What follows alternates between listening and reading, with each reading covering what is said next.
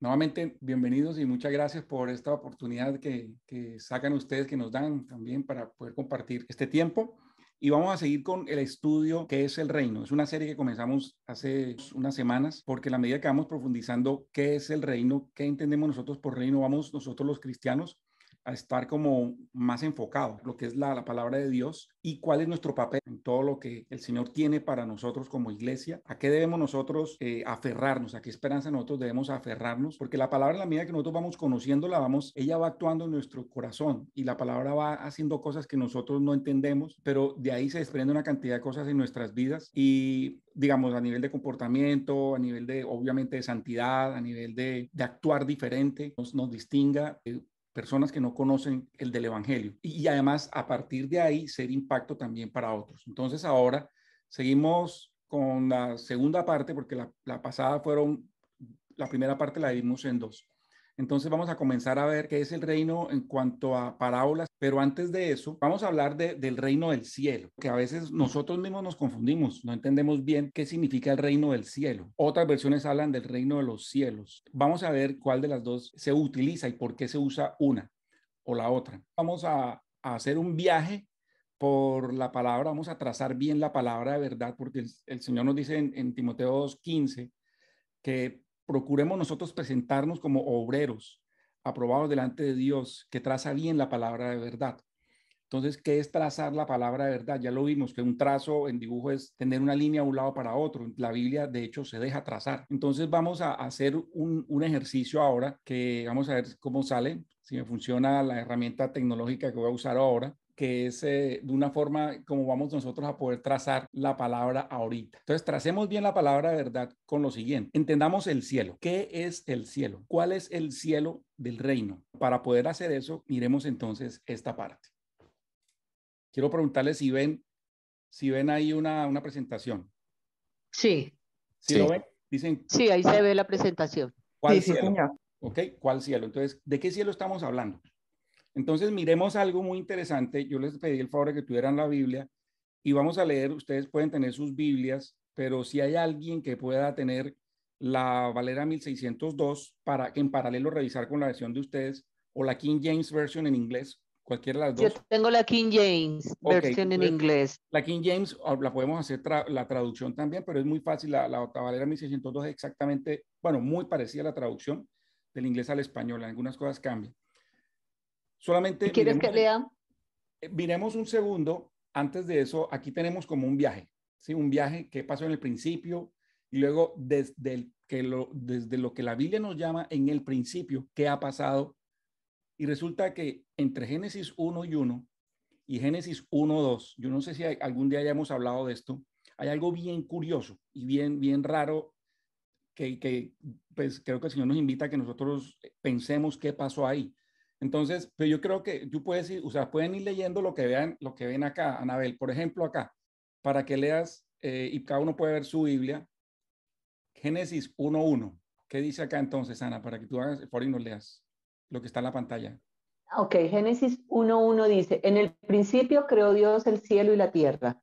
Ok, ¿alguna otra Biblia de ustedes dice algo diferente o ligeramente diferente? Bueno, entonces la mayoría de las Biblias, a excepción de la 1602 purificada, la Valera 1602 purificada y la King James dice, en el principio creó Dios los cielos y la tierra. Y Hay la una, tierra. hay una diferencia entre una frase y la otra. Y vamos a ver, Perdón, Saúl, dime, José. perdón, sí, en la 1960 sí dice los cielos. Correcto, en la 60 y casi todas las traducciones modernas dicen los cielos. Entonces creó los cielos, dice, pero en esta traducción, la que ya hemos hablado de que se trata cada traducción, habla de el cielo y la tierra. Miremos aquí algo bien interesante. ¿Qué había en el principio? Voy a hacer aquí un salto un poquito más allá. Dice aquí, en Génesis 1:2, me devuelvo un poco, en Génesis 1:2, algo sucede. José, ya que estás ahí, ¿qué puedes leer acá en lo que está en la pantalla? ¿El de la pantalla? Sí, el de la pantalla. Y la tierra estaba sin forma y vacía, y las tinieblas estaban sobre la faz del abismo, y el Espíritu de Dios se movía sobre la faz de las aguas. Ok. Nosotros ya, ahí está bien, José. Muchas gracias. Nosotros y Anabel también. Nosotros ya sabemos que Dios hace las cosas perfectas. Si Dios hace las cosas perfectas y en el principio creó Dios el cielo y la tierra en Génesis 1:1, ¿cómo así que en Génesis 1:2 nos dice que la tierra estaba desordenada, en unos lados dice sin forma, vacía? Dios no puede crear una tierra así. Entonces, miremos qué había en el principio.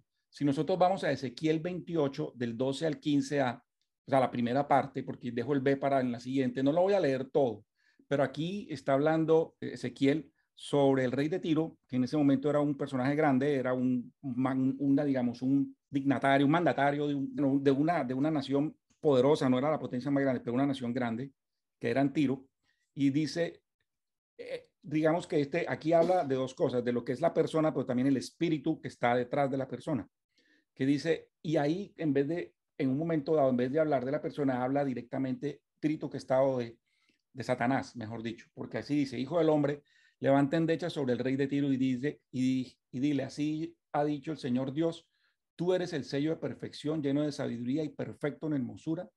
En el Edén, en el huerto de Dios, estuviste. Luego salta al 14. Tú eras el querubín ungido que cubre y yo te puse en el santo monte de Dios estuviste. Luego en el 15, perfecto eras en todos tus caminos. Aquí es evidente que está hablando de Satanás, que estuvo en el Edén, en el huerto de Dios. Pero si nosotros leemos todo el Génesis, en ningún lado vemos que Satanás estuvo creado ahí. Es más, vemos es que él viene después a dañar el plan de Dios a través de la tentación a los seres humanos. Entonces vemos que en Edén había algo y estaba este señor o este personaje creado, sí, fue creado, no se sabe cuándo, no se sabe hace cuánto tiempo, no se sabe en qué momento, pero si nosotros leemos la Biblia con cuidado, vemos que en ningún momento habla de que Dios creó a este personaje, o sea que eso tuvo que haber pasado antes, o sea que tuvo que haber pasado en el principio, pero vemos este personaje, como dice acá, que estuviste creado y fuiste hermoso, etcétera, ya sabemos lo que sucedió, que es la caída celestial. Ezequiel 28:15b. La segunda parte de lo que le estamos leyendo, la última parte de la frase, dice en Ezequiel, hablando precisamente de este querubín hermoso, hasta que se halló en ti iniquidad. O sea, ahí fue la caída. Y esa caída, entonces, nosotros después la vemos más explícitamente explicada en Isaías 14, del 12 al 14. Y quiero que tengan mucho cuidado, lean sus Biblias, por favor, abran sus Biblias. Yo la voy a ir leyendo y ustedes en sus Biblias me van diciendo si ven algo raro. Dice, ¿cómo caíste del cielo, oh Lucifer, hijo de la mañana, como fuiste cortado por tierra, tú que debilitabas a las naciones? ¿Alguien encuentra algo raro acá con sus Biblias? Bueno, me les adelanto a la respuesta. La mayoría de las versiones hablan estrella de la mañana. Tú caíste estrella de la mañana. Y ahí, digamos, cuando uno está leyendo así, uno no se da cuenta inmediatamente que está hablando de Satanás, que en esa época, en ese momento se llamaba Lucifer, que es precisamente este querubín hermoso que estaba en el Edén y que cayó. Luego dice en el 13, tú que decías en tu corazón, póngale cuidado, subiré al cielo a lo alto junto a las estrellas de Dios, me ensalzaré. Sobre las alturas más adelante de las nubes subiré y seré semejante al Altísimo. Esta fue la razón de la caída de Satanás. Esta fue la razón de todos los problemas del universo, de la eternidad. Y este es el problema que viene a arreglar el Señor Jesucristo. Entonces, esto ocurrió antes, ocurrió en ese principio, en el principio que nosotros, del cual no conocemos mucho, sino que tenemos que trazar bien la palabra para ver entonces qué nos dice la Biblia sobre este principio. Entonces quería este personaje ir a las alturas y parecerse al Altísimo, parecerse a Dios. Esta fue la caída celestial, este es el principio. Pero entonces, cuando ese personaje habitaba el Edén, el huerto de Dios, habitaba ¿dónde? Esta tierra. En 2 de Pedro 3, del 5 a 6 dice, porque ellos ignoran esto voluntariamente, que por la palabra de Dios, y ahora ya venimos a entrar en el tema, los cielos fueron en el tiempo antiguo y la tierra que por agua y en agua subsiste, por lo cual el mundo entonces pereció anegado por agua. Luego dice, pero los cielos que son ahora y la tierra son conservados por la misma palabra, guardados para el fuego en el día del juicio y de la perdición de los hombres impíos. Nosotros ya vimos en otra sesión que esto cuando habla aquí de que pereció, la tierra pereció anegada por agua, pues no se refiere al diluvio en la época de Noé, porque pues no sé si ustedes conocen las estaciones, y los que conocen las estaciones y tienen algún conocimiento de agricultura, cuando algo se inunda no muere, o sea, las matas, las plantas, todo no muere, o sea, simplemente pasa por un proceso. No sé si ustedes han visto, por ejemplo, las inundaciones, que llega, entra el mar, entra los ríos y claro, inunda todo eso y uno dice, se murió, se acabó todo esto, pero una vez las aguas retroceden de una forma sobrenatural, vuelven a nacer las matas, las plantas, todas esas cosas. La tierra en este momento es evidente que no pereció, pasó por un juicio, un juicio de agua, en donde el Señor dice después, no volveré a castigar la tierra con agua, porque esta no es la primera vez que pasaba. Eso pasó antes, cuando dice Génesis 1:1, en el principio creó Dios los cielos, el cielo y la tierra, y después dice que la tierra estaba sin forma y vacía. Ahí entre Génesis 1:1 y Génesis 1:2 hubo algo en donde Dios cogió lo que había y lo anegó, como un alfarero coge una arcilla y la vuelve añicos y vuelve otra vez de cero. Vemos que los cielos que son ahora y la tierra son conservados por la misma palabra. Vamos a ver de qué se tratan estos cielos. Pero sí está hablando, cuando habla aquí, fueron en el tiempo antiguo. El tiempo antiguo no se refiere al momento del diluvio, porque ese tiempo está registrado en la Biblia. Antiguo es cuando no se tiene nada de registro. De hecho, si nosotros vemos lo que hemos estudiado de la palabra, de dispensaciones, etcétera, vemos que hay, de hecho, los judíos tienen un tiempo cronológicamente, saben cuándo pasó esto. Nosotros más o menos podemos tener una idea de cuándo pasó el diluvio, que es alrededor del primer milenio, un poquito más allá. Entonces, ese no es el tiempo antiguo, es un tiempo antes que no sabemos exactamente cómo era, pero que la Biblia nos da algunas ideas. Entonces, ¿qué pasó después? Entonces, ahí sí viene Génesis 1:2, que fue lo que leyó José. Y entonces resulta que esa tierra también nos la escribe Jeremías. Jeremías 4, del 23 al 26. Nos describe esa tierra caótica. No sé si por ahí está, ¿quién puede leer? ¿Caterín? ¿Cuál? Caterín, aquí la tengo en la pantalla, la que está en la pantalla. Oh, ok. Para que nos leas, por favor.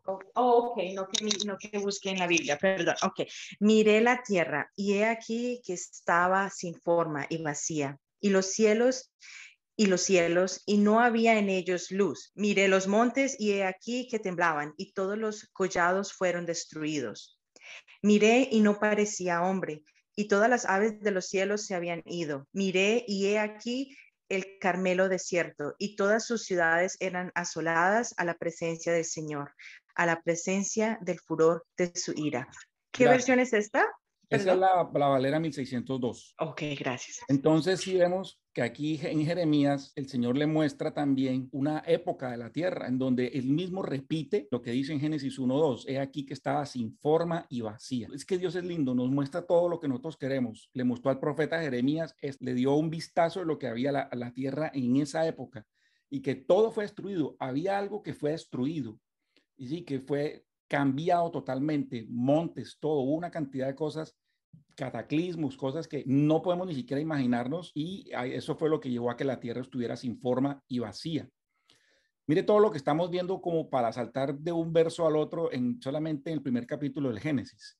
Esto es lo que varios estudiosos le llaman la tierra caótica. Varios estudiosos de la escatología, sobre todo dispensacionalistas, le llaman la tierra caótica. Y entonces ahora viene ya la creación que nosotros vemos, que es a partir de Génesis 1, del versículo 3 al 31. Y vemos cómo en los 6 días de la creación, pues Dios creó todo, y en el segundo día, pues Dios creó el cielo y creó el firmamento. Ahí volvió él a crear el cielo, pero vemos, cuando hablamos de cielo, podemos ver arriba y podemos ver las nubes y todo, pero ¿qué es el cielo? ¿Cuáles son los cielos? Entonces vemos en Nehemías 9:6. Cintia, ¿estás por ahí para ver si puedes leer la pantalla? Tú, oh Señor, eres solo. Tú hiciste el cielo de los cielos y toda su milicia, la tierra y todo lo que está en ella, los mares y todo lo que hay en ellos. Y tú vivificas todas estas cosas y los ejércitos del cielo te adoran. Correcto, gracias, Cintia. Entonces aquí dice, tú hiciste el cielo y el cielo de los cielos. Entonces aquí vemos que por lo menos hay 3 cielos. Aquí hay uno, cielo, y el cielo de los cielos. O sea, hay otro cielo encima del cielo. Por lo menos hay 3. La Biblia nos habla de 3 cielos. En 2 Crónicas 6:18 también nos vuelve a hablar lo mismo de Nehemías.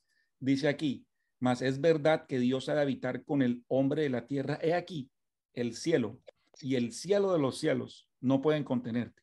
cuanto menos esta casa que he edificado, le dice Salomón, pues en la oración de Salomón. Entonces vemos que hay varios cielos. Además, pues para seguir viendo que hay varios cielos, vemos que Pablo nos habla en 2 Corintios 12, del 2 al 4, que hay un tercer cielo. Dice, yo conozco a un hombre en Cristo que hace 14 años, si en el cuerpo no lo sé, si fuera el cuerpo no lo sé, Dios lo sabe, fue arrebatado hasta el tercer cielo. Entonces vemos que por lo menos hay 3 cielos. Es solamente a manera de registro. El Talmud judío habla de que hay 7 cielos, pero no voy a meterme ahí por esa parte, pero por lo menos aquí vemos que hay 3 cielos. Entonces cuando Dios nos dice, Dios creó el cielo y la tierra, pues ya entendemos que no necesariamente es el mismo cielo que estamos viendo ahora, o que el cielo es el mismo en toda la Biblia. El Señor habla de cuáles, en algunos casos especifica bien, en otros casos nos toca a nosotros profundizar más cuál es el cielo. Todo esto es para dar una introducción a lo que nos dice el Señor en las parábolas. Cuando habla más adelante vamos a ver el reino del cielo es cómo. Entonces, este cielo del que habla el Señor Jesús, no el cielo que estamos viendo ahora, ¿sí? Es otro cielo, que es el cielo en donde habita el Señor, y como decía en una de las versículos que leímos ahora, todos los ángeles, los seres celestiales que están ahí. Otras, digamos, culturas le hablan de deidades o hablan de dioses, sí, pero eso es mitología. Pero nosotros ya la Biblia nos muestra que hay seres celestiales habitando ahí. Dios no habita donde está el pecado. Dios no puede habitar en este cielo que está contaminado, porque ahí está Satanás, que es el príncipe de la potestad del aire. Dios tampoco puede habitar cualquier cielo. Dios está, por lo menos está en un tercer cielo que está más arriba de lo que nosotros vemos. Pues varios creen que es este mismo cielo en donde estuvo Pablo, porque Pablo dice, conozco a alguien, pero pues varios estudiosos nos han mostrado, y si nosotros entendemos, digamos, cuál es digamos, el corazón de Pablo en sus cartas, podemos ver que él mismo relata así de sí mismo, hablando en tercera persona, que él fue arrebatado al tercer cielo. Entonces, ¿cuál es el cielo? Es el cielo en donde habita el Señor, que no necesariamente es el firmamento, ni es la bóveda celeste que nosotros vemos desde la tierra o cuando estamos en un avión. Vamos a entrarnos entonces en el Evangelio de Mateo. Mateo es muy específico en cuanto al reino del cielo. Claro, hablo del Evangelio de Mateo porque es uno de los 4 evangelios. La clase pasada hablamos de los 4 evangelios, es el Evangelio de la Gracia, el Evangelio eterno, etcétera. Para los que no pudieron, pueden ver la grabación en YouTube.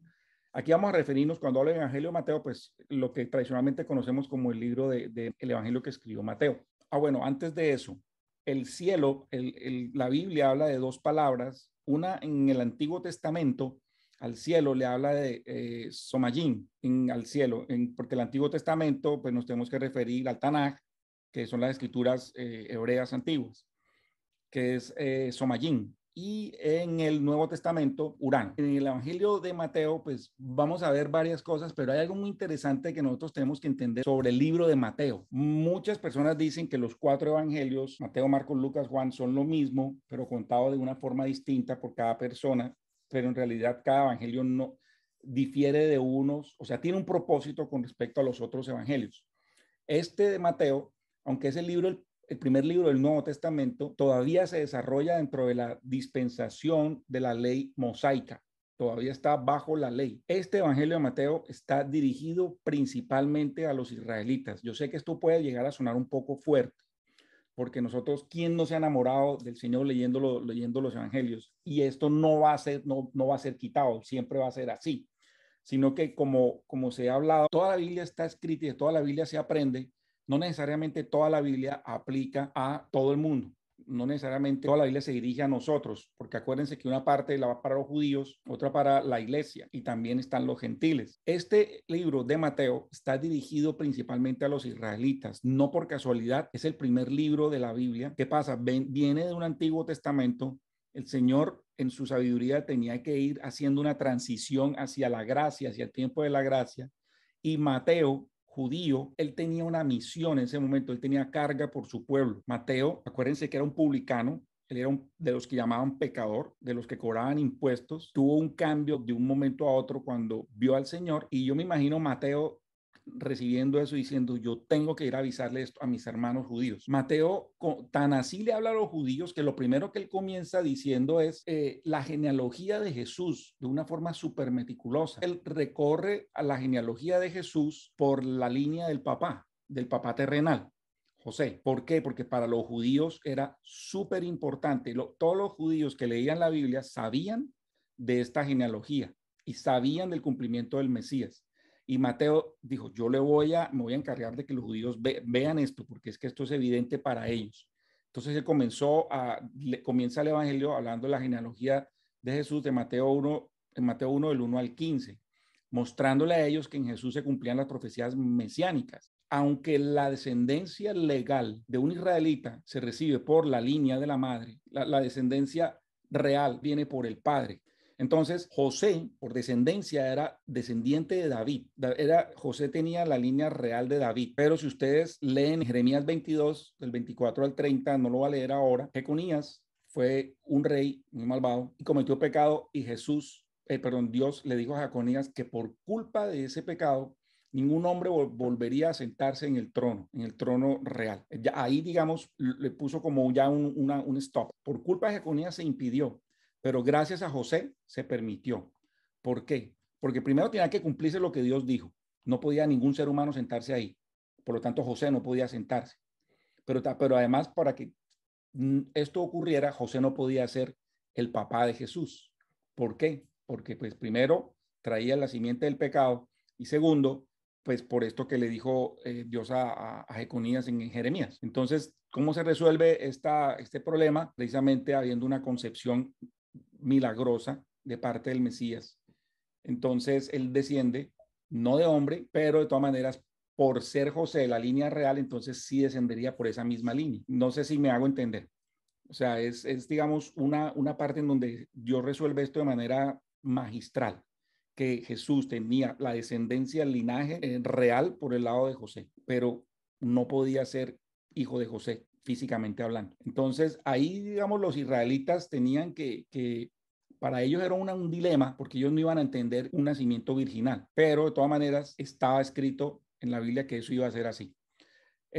Digamos, el Evangelio de Mateo también habla de varias cosas, aparte de la genealogía de Jesús. Como ya lo vimos hace unas sesiones, habla de que el reino está cerca. Estoy aquí haciendo como un bosquejo rápido del Evangelio de Mateo. Habla del sermón del monte, confronta también a los judíos acerca del Shabbat, pero entonces, y pues, también habla de parábolas del reino de los cielos, habla de la tribulación, habla del juicio, habla de las recompensas y también habla relatos más allá de la crucifixión. El Evangelio de Mateo, cuando habla del reino, Juan Bautista comienza predicando el reino está cerca. Hablando un poco del Evangelio, de que el Evangelio todavía estaba en la ley, es muy interesante. Mateo 5, 19 al 20, antes de comenzar el Sermón del Monte, es muy interesante. El Sermón del Monte es donde Jesús comienza a hablar de las bienaventuranzas. Acuérdense. Entonces dice, de manera que cualquiera que quebrantare uno de estos mandamientos muy pequeños y así enseñar a los hombres muy pequeños será llamado en el reino del cielo. Aquí habla de mandamiento.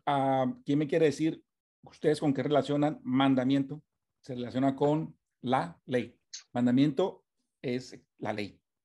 Entonces, Jesús en este momento en el Sermón del Monte está hablando de la ley, pero todos sabemos aquí que la ley no nos salva, ¿correcto? Quiero que me vayan siguiendo. Aquí Jesús le está hablando a los israelitas, que son los que están bajo la ley, están en la ley en ese momento. Digamos, la obra dispensacional del Señor Jesús se divide en, bueno, tiene más divisiones, pero aquí es durante el ministerio en la tierra, hizo una parte de la obra que fue antes y después de la crucifixión, porque él estuvo caminando, luego fue crucificado y después resucitó.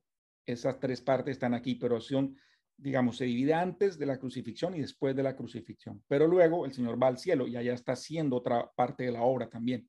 Pero luego el Señor va a regresar y va a continuar haciendo parte de la obra. La obra de Jesús no ha acabado todavía. Acabó en la cruz para redención del alma, para nuestra salvación eterna, pero de ahí continúa más. Entonces aquí habla de la ley. Entonces el sermón del monte es muy interesante que habla después de que Jesús se había ido a predicar por las sinagogas el evangelio del reino.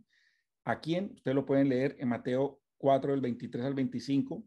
Se fue a predicar a las ovejas perdidas de Israel. Entonces él sale y habla de este sermón del monte. ¿A quién? a los israelitas. Y es muy importante que aquí nosotros tengamos en cuenta esto para que cuando vayamos a leer la Biblia nosotros no nos confundamos en varias cosas. Aquí hemos hablado ya de las dispensaciones. ¿Cómo me gustaría hacer una charla otra vez de las dispensaciones? Aunque aquí ya la hicimos, pero bueno, al principio del curso de profecía, porque las dispensaciones no es algo que se inventaron, como lo dije la vez pasada, hace poco, en el siglo XIX, no se lo inventó Darby o no se lo inventaron unos escatólogos. Pablo habla de las dispensaciones, la Biblia habla 4 veces, menciona la palabra dispensación. Entonces, como lo vimos en la sesión pasada, hay dispensaciones futuras, presentes y pasadas. Entonces, nosotros no podemos mezclar las dispensaciones entre futura y presente porque nos vamos a enredar. Un ejemplo es el Sermón del Monte. No podemos poner una dispensación que va a ser futura en la dispensación presente. La dispensación presente, acuérdense que se llama la era de la gracia, que es donde estamos en este momento, que es la era de la iglesia.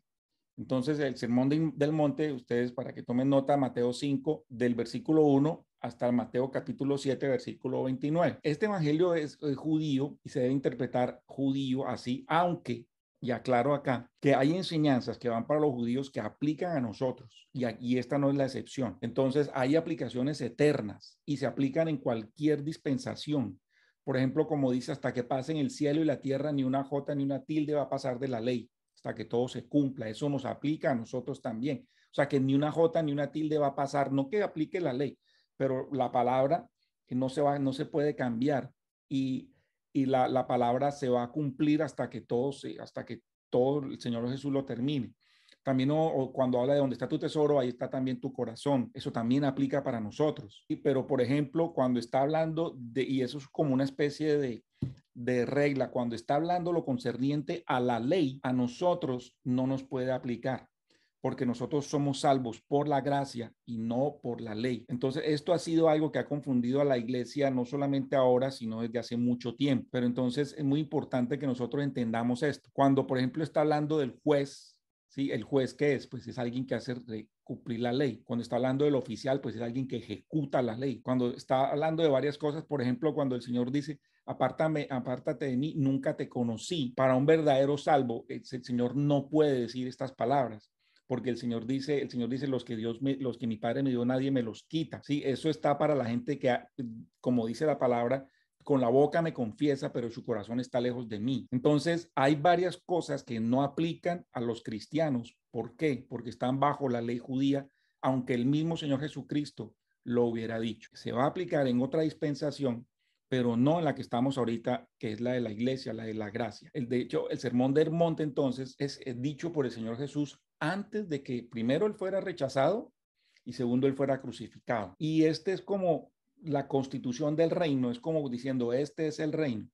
Acuérdense como vimos que el rey vino, pero el rey le tocó partir y dejó el reino en pausa. Es el reino que él ofreció. No está en vigor en este momento, pero va a venir cuando venga el Señor en el reinado milenial. Entonces es muy importante nosotros tener en cuenta las dispensaciones para poder entender bien la Biblia y nos puede dar mucha tranquilidad cuando la estemos leyendo y mucha claridad. Entonces, hablando del Padre Nuestro, que está en Mateo 6, del 9 al 13, que es parte del Sermón del Monte, y yo creo que aquí vamos a tocar tal vez algunas fibras que a veces no son tan fáciles de mirar, y vamos a poder tocar algunos o romper algunos paradigmas.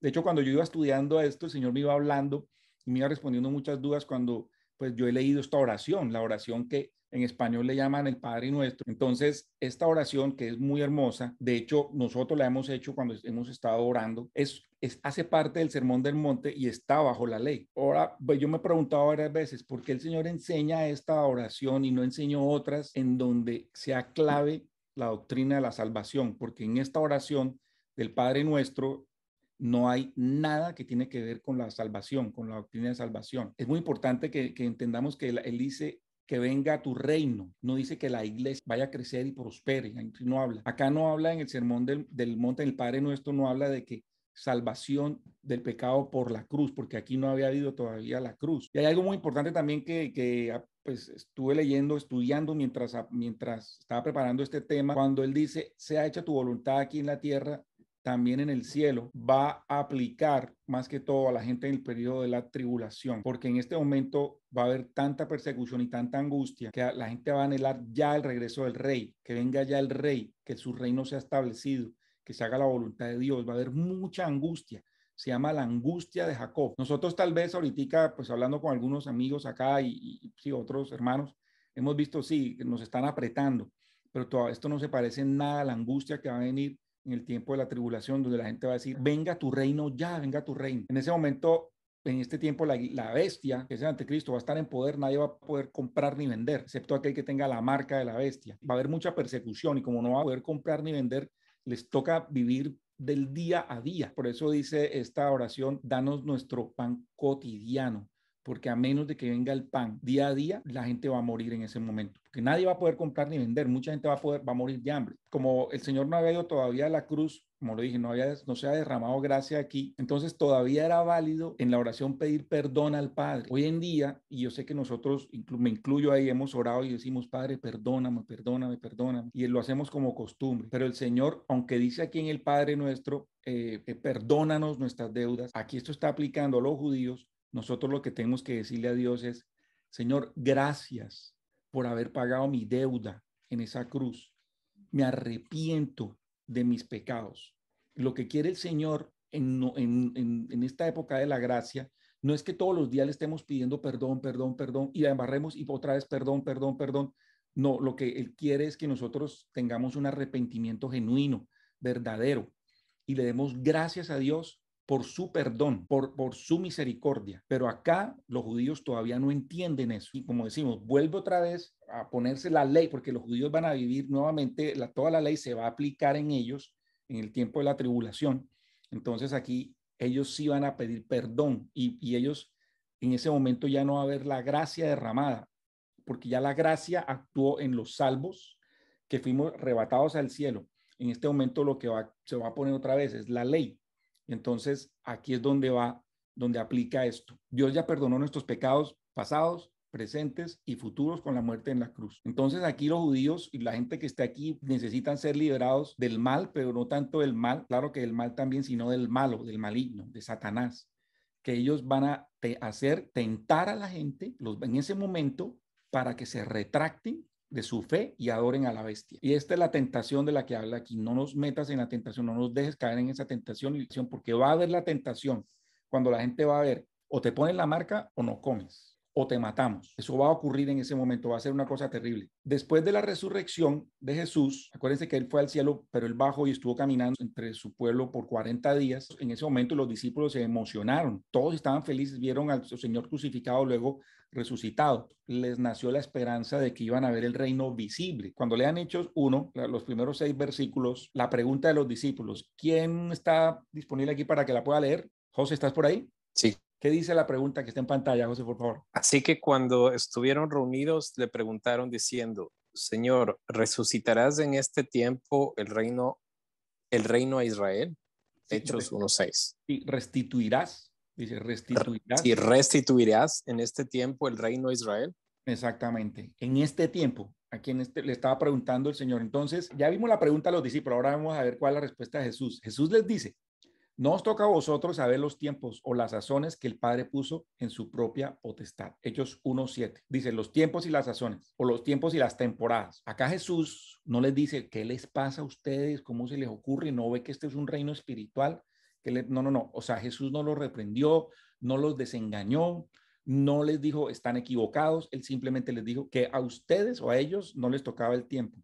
Pero acuérdense, la pregunta es que si vas a restituir el reino a Israel, la pregunta es, el reino es un reino físico. Él dice, todavía no es tiempo. Entonces, si Jesús hubiera venido a establecer un reino espiritual en esta dispensación, que es la que estamos ahorita, pues Jesús le hubiera dado otra respuesta. Él hubiera respondido, sí, vengo a establecer algo, los voy a desengañar de su idea, no es por ahí, mis queridos discípulos, es otra cosa distinta, pero no, él les confirmó su esperanza y les dijo que iba a haber un reino terrenal, pero en el momento y la temporada para establecerlo todavía no habían llegado. En Lucas 19, del 11 al 12, dice, y oyendo ellos estas cosas, siguió hablando Jesús, dijo una parábola, porque ya iba llegando a Jerusalén. Entonces, si ustedes lo leen, dice, iban llegando a Jerusalén y ellos pensaban que inmediatamente iba a ser manifestado el reino de Dios. Entonces Jesús les dice, cuando ellos les pensaban eso, los judíos, los discípulos tenían esa idea, Jesús les dice, cierto hombre noble partió a una tierra lejos a tomar para sí un reino y volver. Comienza Jesús con esta parábola. Entonces vemos que Jesús es este cierto noble y la tierra lejos es ese cielo donde él va a recibir el reino por el Padre. Cuando él lo reciba, va a volver. En este momento no hay nada en la Biblia que diga que Jesús es un rey ahorita acá. O sea, Jesús está en el cielo con el Padre. Y de hecho en la Biblia no es raro o no es descabellado pensar que esto ocurra.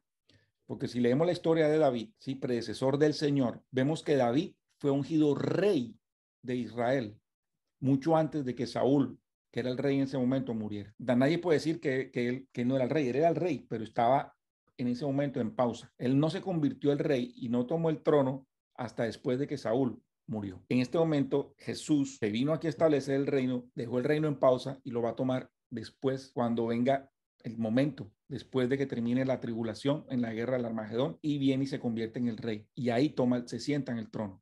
En este momento Jesús está ocupado en sus funciones como sumo sacerdote. La palabra dice que él está sentado en el trono, pero no está en el trono en su propio trono, está en el trono del Padre. Jesús después va a recibir el trono. Entonces es muy importante este tipo de cosas para trazar la palabra de verdad. También Jesús es nuestro intercesor, es nuestro abogado, está en el cielo. Esa es su misión ahora, pero en este momento él es el rey en pausa, porque el rey va a venir acá a esta tierra y va a reinar aquí. Entonces, entrando en las parábolas del reino del cielo, vemos que esto es un reino misterioso o un reino en misterio. Lo vamos a ver cómo. Entonces, como Jesús fue rechazado rey, el reino tomó un aspecto que se conoce como el reino en misterio, o la forma misteriosa del reino, y es aquí donde entran las parábolas del reino del cielo, que se encuentran solamente en el Evangelio de Mateo. Este periodo del reino en misterio va desde el momento en que el Señor Jesús subió al cielo y nos dejó y nació la iglesia, ¿sí? En Pentecostés, que ahí la diferencia fueron 10 días, ¿sí? Porque él subió 40 días después de que caminó aquí, y Pentecostés por eso se llama Pente, porque vino en 50, el día 50 después de que Jesús murió. Entonces él vino en Pentecostés, que fueron 10 días después de que él ascendió al cielo. Este reino en misterio está desde ese momento hasta el rapto de la iglesia. Son, como les dije, son 12 parábolas. Aquí están estos dos puntos. Los dejo acá, mientras la partida del rey y cuando venga el rey junto con su prometida, que es la iglesia que ya previamente ha sido raptada. En Mateo 13, el 3 al 9, le dijeron, ¿por qué hablas en parábolas? Y entonces él les dijo, porque a vosotros les he dado a saber los misterios del reino del cielo, para que ustedes lo busquen en sus Biblias, Mateo 13, del 3 al 9, mas a ellos no es dado. Luego, más adelante en el versículo 35, él dice, ¿por qué les habla en parábolas? Él les dice, para que se cumpliese lo que fue dicho por el profeta, que dice, abriré en parábolas mi boca, pronunciaré cosas escondidas desde la fundación del mundo. Esto era un misterio que la iglesia no se conocía en el Antiguo Testamento. La iglesia era uno de los misterios, ha sido uno de los misterios de la Biblia, pero que después nosotros tenemos el privilegio de saber que es así. Entonces la parábola del reino del cielo no describe un reino mesiánico, no es el reino milenial, porque tanto el reino mesiánico como el reino milenial no eran secretos, no eran un misterio, porque los profetas del Antiguo Testamento y los patriarcas lo conocían, sabían que iba a venir un rey, iba a haber un reino milenial y un reino mesiánico. Tampoco las parábolas de Mateo describen un reino espiritual. ¿Por qué? Dios nos lo muestra en que las parábolas están explicadas de forma terrenal, algo que uno puede fácilmente ver o sentir o traerlo a nuestra vida diaria para que a nosotros se nos facilite en esta dispensación.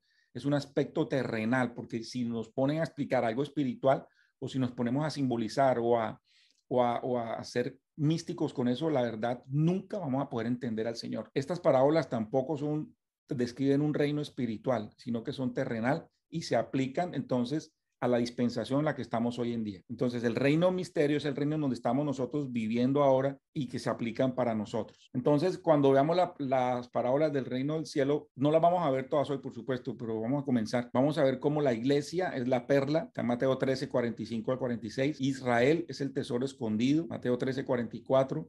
Vamos a ver el reino aplazado, también vamos a hablar del árbol de mostaza, vamos a ver cómo la levadura es la palabra pervertida y vamos a ver cómo la red de pesca es la era de la iglesia, que es lo que ha pasado en la iglesia desde el momento en que nació. Y esto se refiere a la pesca. Está en Mateo 13, 47 y varias otras cosas más. Este reino misterioso no son alegorías, porque las alegorías tienen que ver con ficción o con falsedad, invención de quien las está contando. Aquí las cosas no se cuentan de una manera ficticia, aquí son cosas muy, muy palpables. O sea, ¿por qué él no lo hizo de una forma ficticia o simbólica? Acuérdense que él estaba hablando a los israelitas en ese momento. Varios creyeron, pero muchos tenían el corazón todavía muy duro y de hecho no le creyeron. Si ellos hubieran creído que era un reino espiritual, ellos no hubieran entendido el cumplimiento de Isaías 6 del 9 al 11, cuando habla de que el Señor, de que iba a nacer el Señor Jesucristo. Dicen que Isaías es el evangelista del Antiguo Testamento porque él habló de la llegada del Señor Jesús. Muchos judíos hoy en día no les gusta leer el libro de Isaías porque es muy claro cómo en varios capítulos o versículos habla del cumplimiento de la profecía mesiánica. Los incrédulos no habrían entendido. Si les habla como varios creyeron, ellos sabían la profecía de Isaías, entonces ellos creyeron. O sea, esos que creyeron no habrían creído si se lo hubieran contado de otra forma. También en Romanos 11:25 nos habla de la ceguera de Israel, porque dice la palabra que en parte ha caído una ceguera sobre ellos. O si les hubiera hablado de manera ficticia, de falsedad, ahí sí que menos hubieran creído ellos. Porque los israelitas, si ustedes le dan a un israelita, ellos no, como se dice por ahí, ellos no comen cuenta. A ellos se les reveló el Mesías, su propia cara, pero el Señor permitió que ellos estuvieran todavía en ceguera. No es ficción, no es falsedad. Vamos a ver las parábolas poco a poco. De estas parábolas de Mateo 13, 7 de ellas, de estas parábolas del reino del cielo está en Mateo 13, pero todas las dos parábolas del reino del cielo, excepto la parábola del sembrador, todas comienzan diciendo el reino del cielo es semejante a o es semejante. Bueno, yo les dejé una tarea. Si pudieron haber leído la parábola del sembrador que está en Mateo 13, del 3 al 30, esta también aparece en Marcos 3, del 3 al 20 y Lucas 8, del 5 al 15. No la vamos a poder leer ahora porque sería muy larga, pero lo bonito de esta parábola es que Jesús nos facilitó la vida a los cristianos porque él mismo la explicó. Entonces, así no nos queda a nosotros tan difícil poder llevarla a la vida práctica aquí en el cristianismo que estamos viviendo. Esta es la primera parábola que vamos a ver y es la única que vamos a ver hoy. La parábola del sembrador no muestra tanto el carácter o cómo es el reino del cielo, sino más bien referente a los que escuchan el evangelio y no aprovechan el evangelio. Lo que más el Señor quiere enseñar aquí, más que cualquier cosa, es qué obstaculiza el crecimiento de la palabra, el crecimiento de la semilla. ¿Cómo son las personas que escuchan ese mensaje, esa palabra del Señor? ¿Qué es lo que estamos nosotros viviendo acá y qué es lo que obstaculiza el crecimiento de la semilla? Mejor dicho, esta parábola a nosotros nos enseña por qué la iglesia está hoy en día en la situación en la que está. Esto lo habla a través de 4 tipos de oyentes o de oidores. Entonces, el primero está en el versículo 4 y el Señor Jesús la explica en el versículo 19. Dice el primer oyente que está junto al camino. La semilla, en este caso, no tiene la posibilidad de echar raíces. ¿Por qué? Porque las aves del diablo, como dice el Señor, que son la crítica, la duda, la incredulidad, el prejuicio, la preocupación, arrebatan lo que fue sembrado en el corazón antes de que pueda crecer, antes de que se desarrolle. Este oyente es el que no alcanza la semilla a crecer en el corazón de estas personas. El segundo oyente es cuando la semilla cae en lugares pedregosos, que está en el versículo 5 y se explica en el versículo 20. Entonces, cuando la semilla echa raíces, pero muere antes de crecer por la poca profundidad del suelo. Entonces, esto es un cristianismo por emociones. Al principio, la gente, cuando se dan cuenta de la realidad del infierno, el temor al fuego eterno, o algo les llama la atención, algo bonito que ven, no sé, tal vez la música, porque hoy en día pues hay música muy bonita, la alabanza, así, la gente se mueve por emociones, comienzan y hablan, dicen con la boca algo, pero cuando viene la prueba, cuando viene a pagar el precio de vivir en un cristianismo que están profesando, en ese momento la gente se aleja, se retira. Ese es el cristianismo por emociones. Entonces Jesús habla de 2 tipos de piedras cuando habla de lugares pedregosos, cuando viene la aflicción y la persecución. Entonces los oyentes o los cristianos se escandalizan, no pagan el precio. Este es el oyente de lugares pedregosos. Sí se han dado cuenta que aquí, digamos, está hablando de gente que va a la iglesia, está hablando de gente que escucha el mensaje, pero en uno no crece la semilla, no crece en el corazón, se siembra la semilla, pero no crece. Y en otro sale un poquito, pero cuando vienen las pruebas de la aflicción y la persecución, se retiran. Luego viene el tercero, que es el oyente entre las espinas, que es el versículo 7 y se explica por Jesús en el versículo 22 y también él lo explica Marcos 4:19 y Lucas 8:14. Entonces aquí la semilla echa raíces, la semilla crece, pero no da fruto, porque es, digamos, ese corazón que está entre las espinas, que tiene semillas de lo sembrado, del trigo, pero crece junto a espinas que crecen al mismo tiempo en el corazón. Entonces, al final el trigo se comienza a ser ensombrecido, a ser tapado por estas semillas. Toman los nutrientes del mismo suelo, ¿sí? Que es ese corazón, pero ambas crecen al mismo tiempo. Entonces, Mateo menciona dos de estas espinas, que son el afán de este mundo y el engaño de las riquezas, pero también en Marcos se menciona la concupiscencia de otras cosas, le llama la atención a la gente que no es el Señor, y en Lucas 8:14 dice los pasatiempos de la vida. Ese es el oyente entre las espinas. Está recibiendo la palabra, pero al mismo tiempo está yo con un pie aquí y otro pie allá. Vienen los afanes del mundo y el engaño de la riqueza, la concupiscencia de las cosas y el pasatiempo, los pasatiempos de la vida. Pero luego viene ya el oyente de buena tierra, que está en versículo 8 y se explica en el versículo 23. Entonces aquí la semilla hecha, raíces, crece, da fruto, varía. La verdad, todo el mundo, todos nos ponemos felices cuando leemos este oyente, pero hay algo que parece muy curioso, que dice que algunos producen 100, otros 60 y otros 30. Eso debe llamarnos mucho la atención. Claro que es mejor este oyente de la buena tierra, pero aún así, yo no sé, cuando yo he leído esto, toda la vida me dejaba algo en el corazón hasta que entendí cuando estaba preparando este estudio de qué se trata. ¿Qué fue lo que pasó con la parábola del sembrador? ¿Por qué pasa esto? ¿Por qué hay diferentes tipos de semillas y por qué pasó lo que pasó?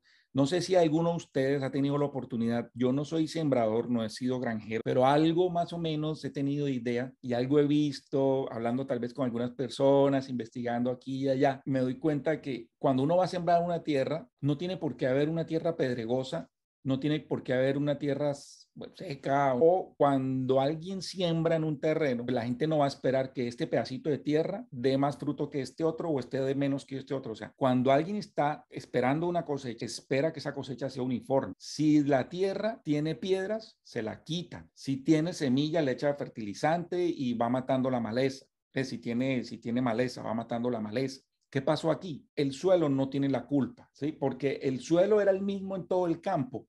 Era incluso el mismo en el camino pedregoso, en lo espinoso, etcétera. Entonces, aquí, si el suelo se hubiera limpiado, se hubiera labrado y se hubiera cultivado adecuadamente, y además las condiciones atmosféricas lo permiten, se habría producido una cosecha uniforme, todas al 100%. No unos 100, otros 60, otros 30, sino todas al 100. Esta parábola nos enseña que el cristianismo es algo nuevo que nació. No era una mala hierba que crecía así de un momento a otro, sino que el cristianismo hay que cultivarse. O sea, se tenía que sembrar, se tenía que cultivar, se tiene que cultivar como el trigo. Entonces aquí es un agricultor, algo muy palpable, muy entendible. En esa época mucha gente sembraba y podían entender lo que Jesús estaba hablando. Hoy en día, precisamente las preocupaciones del mundo, los citadinos que somos, no nos hacen trasladar a este ejemplo tan fácilmente, pero a muchos les quedará más fácil. Aquí habla de un agricultor, aquí no habla de un rey que va a establecer un reino. Entonces, la dispensación de la iglesia en la que estamos ahora,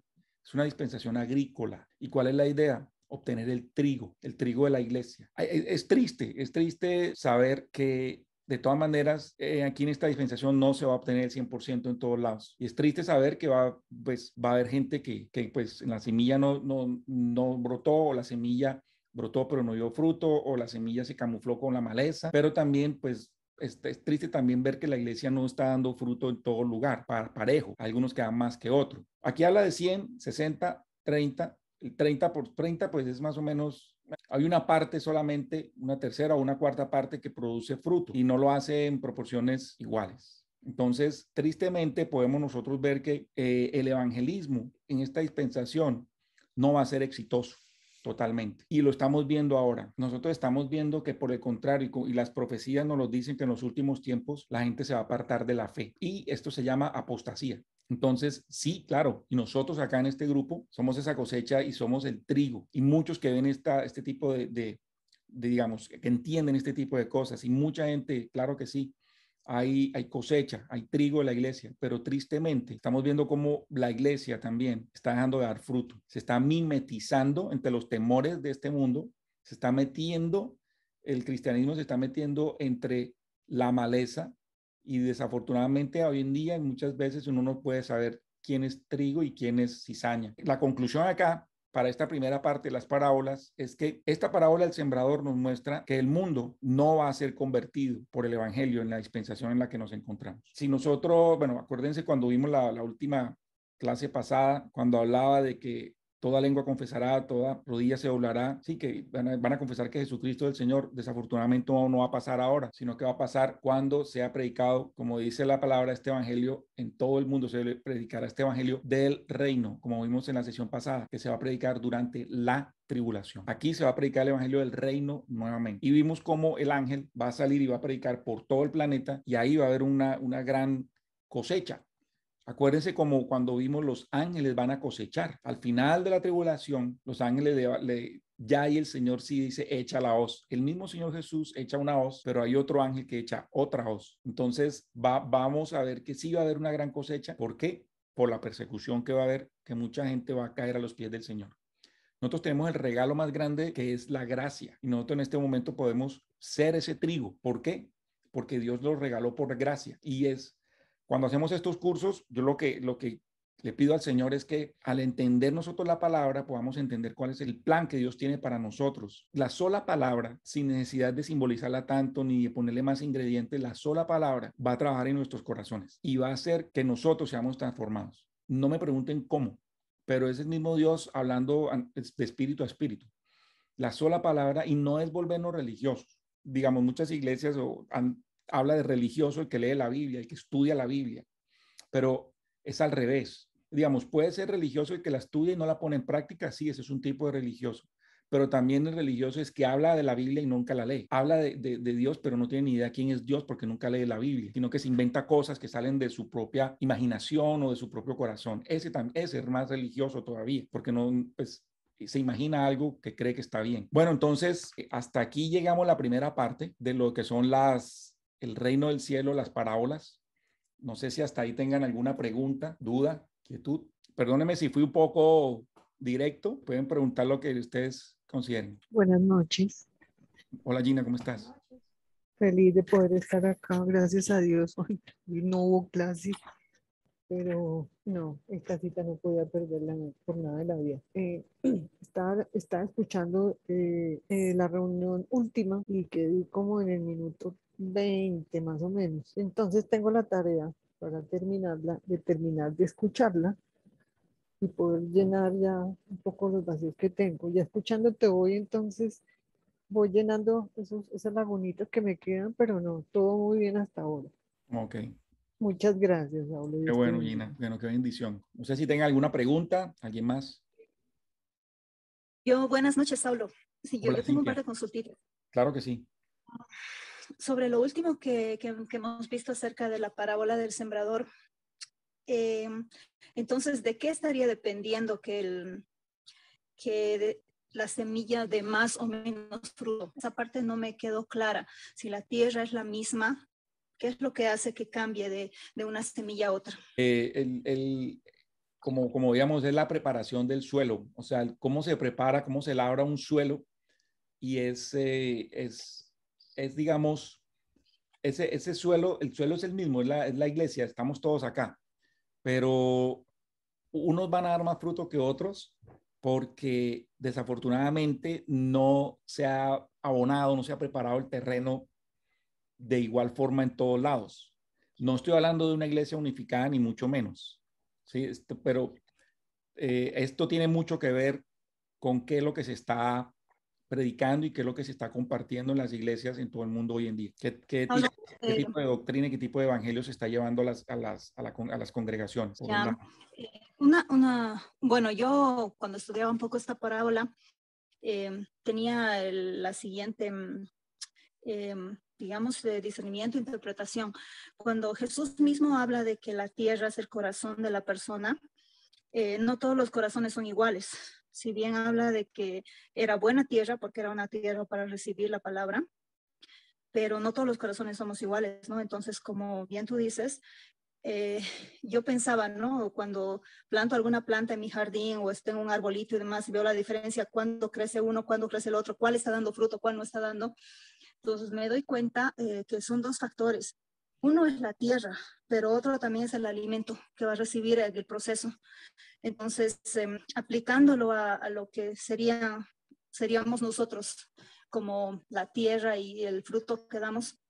Si la tierra es el corazón, realmente depende de cómo está el corazón preparado para recibir, obedecer y demás la palabra, ¿no? No todos tenemos el mismo corazón y el Señor dice que va a ir quebrantando nuestro corazón de piedra para volverlo de carne, ¿no? Y yo creo que todos nosotros hemos recibido la palabra del Señor con un corazón que Él ya mismo lo ha tocado, pero a medida de nuestro caminar con Él se va ablandando. Toda esa dureza de nuestro corazón va saliendo, ¿no? Y eso lo hace el Señor, pero también depende de nosotros dejarnos trabajar por Él. Y lo segundo es el tema de la alimentación. O sea, cada planta requiere una cantidad de agua, sobre todo de agua. Y como tú dices, también a veces se requieren abono cada cierto tiempo para dar más fruto, ¿no? Entonces, la palabra de Dios siempre nos habla de que el alimento es la misma palabra de Dios. Y Jesús dice, yo soy el agua de vida. Entonces, yo entiendo que si bien todos somos la misma tierra, pero cada corazón es distinto.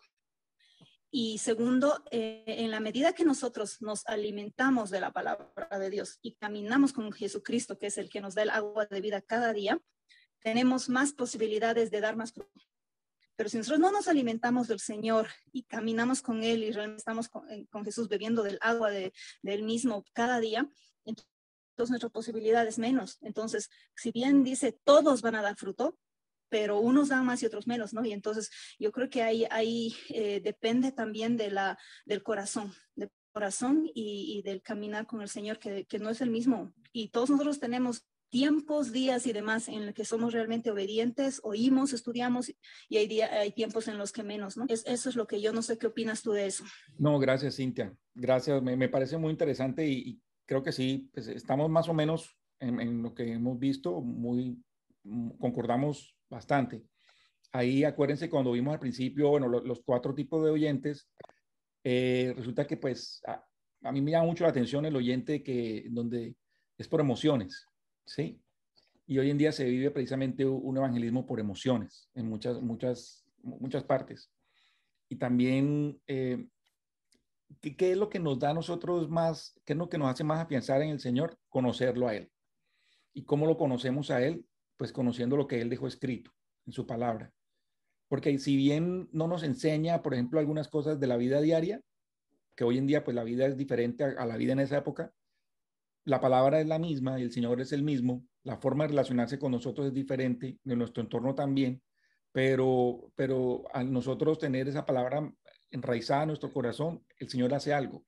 El Señor hace algo. Yo creo que en la Biblia no tiene que decir, deja de matar ya ahora mismo, para que alguien que coja la Biblia y comience a conocer a Jesús y al Señor, algo pase en su corazón para que deje de matar, o para que deje de robar, o para que deje de extorsionar, ¿sí? O para que deje de hacer trampa en X o tratar mal a su familia, etc.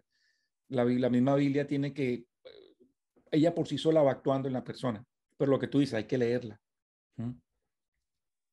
Gracias, Saulo. Y la otra consulta era la siguiente. Cuando estabas hablando de la oración del Padre Nuestro que Jesús enseña, vemos que todo el Nuevo Testamento, hasta Hechos, que es cuando se consuma, digamos, la obra redentora de Jesús, alguna vez he escuchado de algún predicador que dice que el periodo no el periodo, sino que todo lo que nosotros como creyentes debemos aplicarlos, empieza después de la muerte de Jesús, y todo lo que Jesús dijo antes ya no se aplica a nosotros como creyentes. Por lo cual particularmente no estoy de acuerdo, ¿no? Entonces, cuando Jesús enseña respecto al tema del Padre Nuestro, el tema del perdón, tú decías que ya no es necesario que cada vez andemos pidiendo perdón. Eso es algo que un poquito me confunde. Yo particularmente, y en base a todo lo que yo he estudiado, o sea, yo siempre que voy a orar, trato de ponerme primero a cuentas con el Señor. Y bueno, hay muchos pasajes que sustentan en el Antiguo Testamento, pero en el Nuevo he entendido básicamente uno, que está en Primera de Juan 1:9 o 1:19, ¿no? Que dice que si nosotros confesamos nuestros pecados, Él es fiel y justo para perdonarnos y limpiarnos de toda maldad, ¿no? Y eso digamos que ya está aplicado en el término de la gracia. Entonces, claramente todos pecamos cada día. Entonces, si nosotros pecamos y al menos si somos conscientes que hemos pecado y nos acercamos a Dios, o sea, la palabra dice que Dios no oye a los pecadores, ¿no? Y si bien ya tenemos la gracia y no estamos en una muerte espiritual, pero en ese momento estamos en pecado. Entonces, yo particularmente entiendo de que si estamos en pecado, o sea, podemos acercarnos a Dios, Dios no nos va a rechazar, pero como que nuestra oración no va a ser oída, no va a ser atendida, ¿no? Entonces, el tema de ponernos a cuentas con Dios en todo momento, y mejor especialmente cuando nos damos cuenta, para mí es trascendental, ¿no? Ahora, eso, no sé cómo, no sé, tal vez no te entendí bien, quisiera eso que Sí, nos mira, aclares. sí, gracias, Cintia. El tema es, el perdón ya fue regalado. Nosotros ya somos perdonados. Sí, o sea, ya somos perdonados. Y como, digamos, la aplicación práctica es, ¿para qué vamos a pedir algo que ya lo tenemos? Sí, o sea, así siendo muy, como se dice aquí, rajatabla. O sea, dime, si Él ya nos dio el perdón, porque en la cruz fue derramado perdón, Él ya nos perdonó.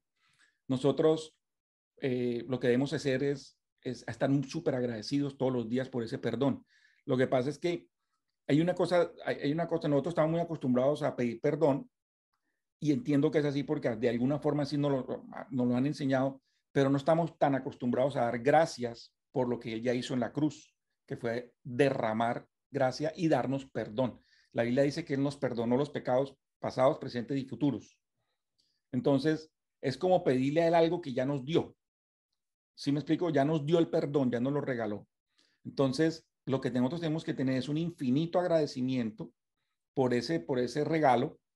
Y cuando nosotros pequemos, porque sí es cierto, nosotros pecamos, porque la Biblia dice que no hay ni uno solo que no peque, pero si nosotros pecamos, ¿qué pasa? Hay una diferencia grande entre el que un cristiano peque y un no cristiano peque.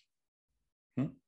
Cuando un no cristiano peca, tiene que ir y aplicar lo que tú dices. Si confiesas tus pecados, si confesamos nuestros pecados, Él es fiel y justo para perdonar. Bueno, creo que esa fue la que mencionaste. ¿Sí? Confiesa todos los pecados, porque ahí es donde el Espíritu Santo comienza a actuar y hace que ese corazón sea precisamente tierra fértil.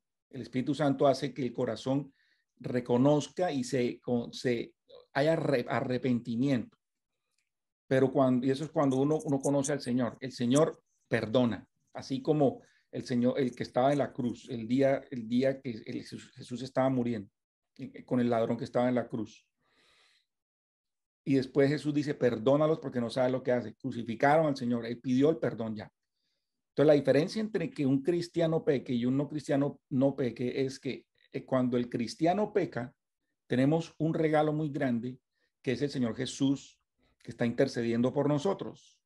¿Sí me explico? Entonces, Él es igual lo que le pasó por ejemplo, a Job, un ejemplo. Él nos está defendiendo del acusador. El acusador está diciendo, mire, este cristiano pecó, mire, Saulo, mire, esta Cintia aquí, este cristiano pecó. Él nos está defendiendo allá, está intercediendo por nosotros.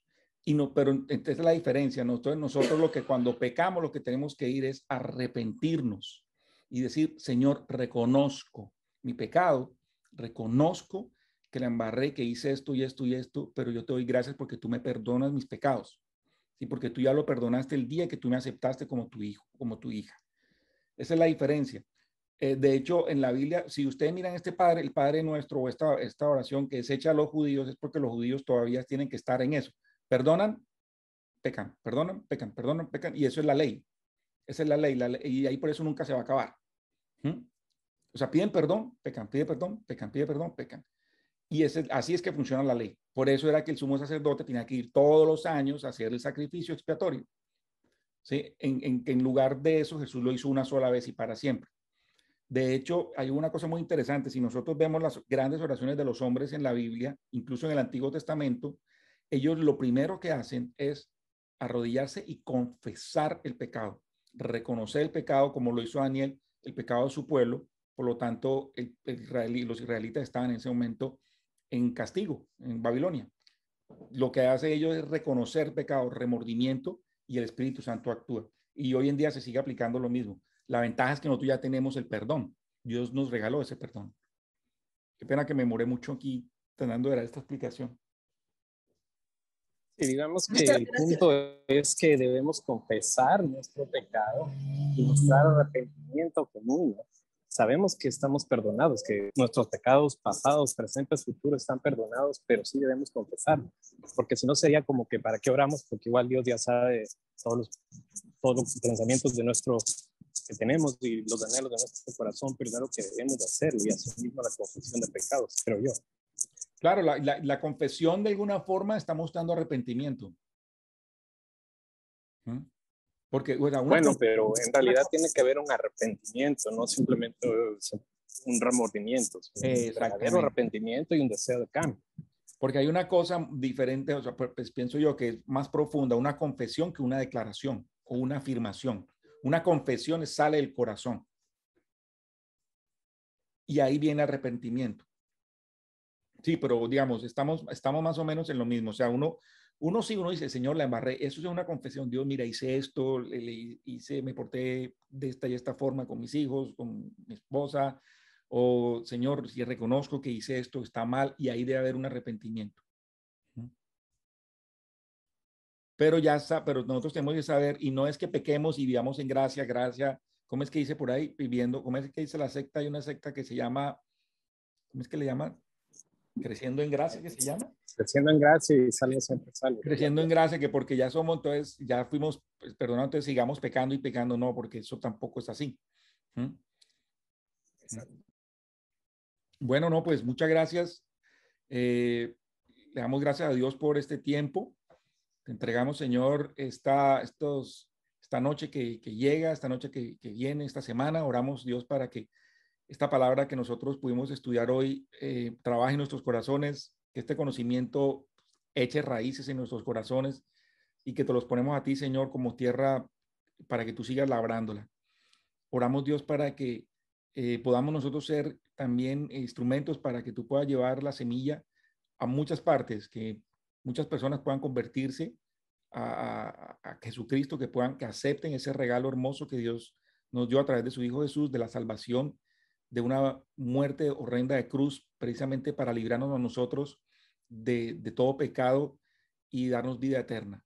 Gracias, Señor, porque sin derramamiento de sangre no hay redención, y tú derramaste tu sangre por nosotros y moriste, pagaste el precio por nosotros con la sangre y nos diste, Dios, el precioso regalo que no se puede comprar con nada más de la salvación.